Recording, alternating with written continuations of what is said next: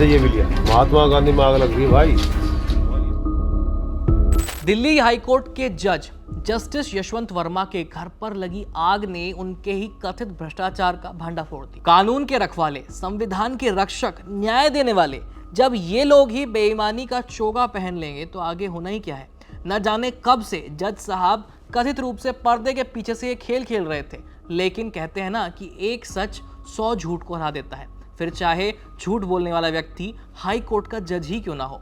क्योंकि जैसे ये मामला सामने आया था, इसको दबाने की कोशिश भी की गई थी, लेकिन वीडियो में बस एक शब्द ने जज साहब की भ्रष्टाचार की नैया को डुबा दिया। दरअसल 14 मार्च की रात 11:30 बजे जस्टिस वर्मा के आवास के एक हिस्से में आग लग गई थी। लाइव लॉ की रिपोर्ट के मुताबिक इस आग को बुझाते समय दिल्ली पुलिस ने वीडियो रिकॉर्ड किया था और सारा मामला इसी वीडियो से उजागर हुआ।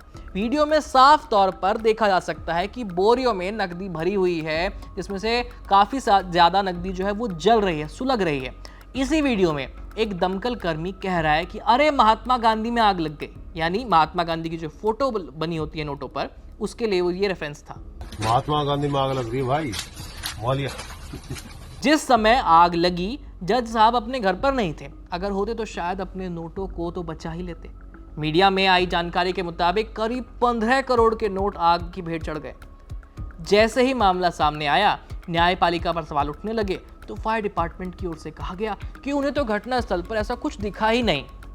दिल्ली के फायर चीफ अतुल गर्ग ने पीटीआई से कह दिया कि जस्टिस यशवंत वर्मा के घर पर तो कोई नकदी बरामद हुई ही नहीं, यानी कवर अप और रफा दफा करने की पूरी कोशिश। लेकिन तब तक ये वीडियो सामने आ गया और फिर मजबूरन जज साहब के नाम की फाइल खोलनी पड़ गई। अब दिल्ली हाई कोर्ट के चीफ जस्टिस डीके उपाध्याय ने इस मामले में भारत के सीजीआई संजीव खन्ना को एक रिपोर्ट पेश की है उनके सामने। रिपोर्ट में बताया गया है कि आग लगने की घटना 14 मार्च को एक स्टोर रूम में हुई। यहां जस्टिस वर्मा के आधिकारिक बंगले में रहने वाले लोगों के अलावा कोई और व्यक्ति जा नहीं सकता है। दिल्ली हाई कोर्ट के चीफ जस्टिस की रिपोर्ट के मुताबिक उन्होंने 16 मार्च को सीजीआई को घटना के बारे में बताया था। इसके अगले दिन 17 मार्च को उन्होंने जस्टिस वर्मा को फिर से संपर्क किया। इस दौरान जस्टिस वर्मा ने चीफ जस्टिस उपाध्याय को बताया कि उस कमरे में घर के काम करने वाले कर्मचारी, बागवानी करने वाले लोग और कभी-कभी सीपीडब्ल्यूडी कर्मी जाते हैं, इसलिए उस कमरे में कैश का मिलना तो बिल्कुल ही बेतुका है और ये सब तो मुझे फंसाने के लिए किया गया है, कोई मेरे खिलाफ साजिश रच रहा है, ऐसा जज साहब ने कहा है अपने बचाव में।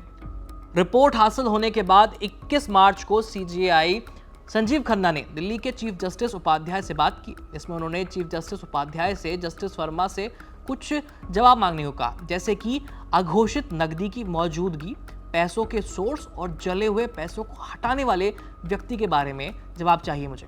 इसके अलावा जस्टिस वर्मा को अपने फ़ोन को डिस्पोज ना करने, अपने मोबाइल फ़ोन से कोई भी नंबर डिलीट ना करने, मैसेज या डेटा को डिलीट ना करने के लिए कहा गया है। इंडियन एक्सप्रेस अखबार ने सूत्रों के हवाले से ये खुलासा किया है कि दिल्ली हाई कोर्ट के चीफ जस्टिस डीके उपाध्याय के ऑफिस से एक letter Delhi police commissioner Sanjay Arora को मिला है और इसी में ये सारी जानकारी मांगी गई है।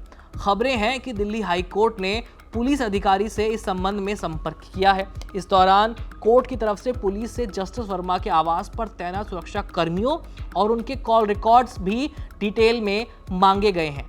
यानी कि अब जब सवाल उठने लगे हैं, वकीलों ने और देश की जनता ने जब जज साहब के ऊपर और न्यायपालिका को ही क्वेश्चन करना शुरू कर दिया है और भ्रष्टाचार के आरोप लगा दिए हैं, तब जाकर के न्यायपालिका का जो महकमा है वो जागा है और आनन फानन में पूरी कार्रवाई की जा रही है। और जिस हिसाब से कार्रवाई की जा रही है, क्योंकि सीजीआई इसमें इंक्लूड है, तो उम्मीद की जा रही है कि अगर ये भ्रष्टाचार का मामला सच पाया जाता है तो इसके दोषी करार दिए जाएंगे जज साहब और शायद उनको फिर बख्शा नहीं जाएगा।